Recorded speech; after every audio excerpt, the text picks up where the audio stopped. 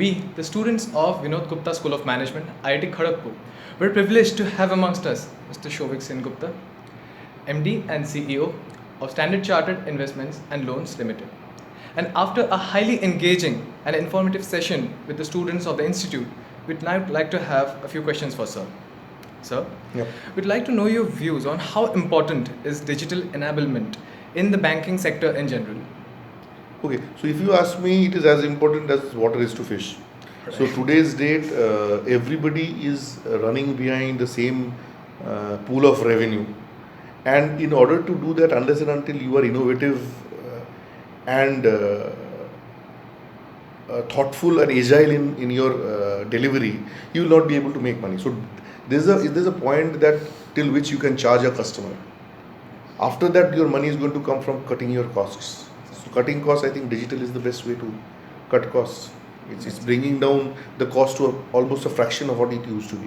So it's very important. It's absolutely important. Right, sir, that was really well answered.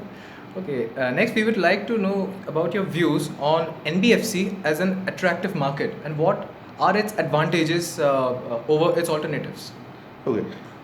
So look, I have spent my time in banks and NBFCs both.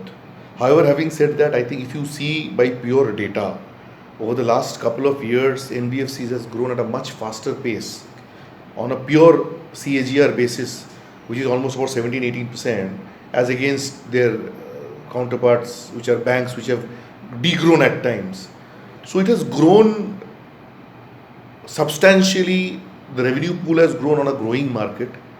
And from the second question was how they have done it, Yes, right? yes. Okay, so I think the most important thing that they have done is they are very, very agile, and their speed to market is the best.